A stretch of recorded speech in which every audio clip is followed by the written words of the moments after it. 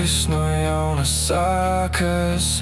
Likās, ka esmu kalnā, bet tās ir tikai kāpas. Jūras krastā no bailes krist un celties. Bet ko darīt, ja ik rīt un negribas celties? Varbūt